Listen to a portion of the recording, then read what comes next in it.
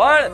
તમારી જોડે જે તે નોકરી ધંધો હોય ને એ તમારી માતાને આગળ કરીને જાઓ અને નોકરી ધંધો કરો ને કહેવાય કે માં આ ધંધો માં હું કરું છું, નોકરી હું કરું છું, પણ માં તું મને નિમિત્ત બનાવી આ મારો રોજગાર તું ચલાવજે.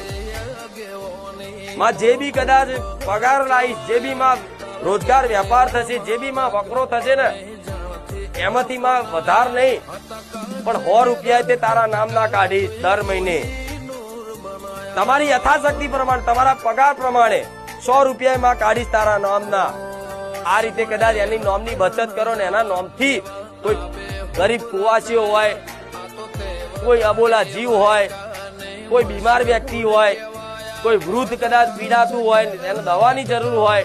એને કદાચ દવામાં 500 રૂપિયા કદાચ કોઈ એવા ગરીબ પાછળ વાપરી નાખો ને તમારી માં પ્રસન્ન થઈ જાય. જે હજારો કદાચ વર્ષો ઊંધી તપસ્યા કરો ને એનું ફળ એક જ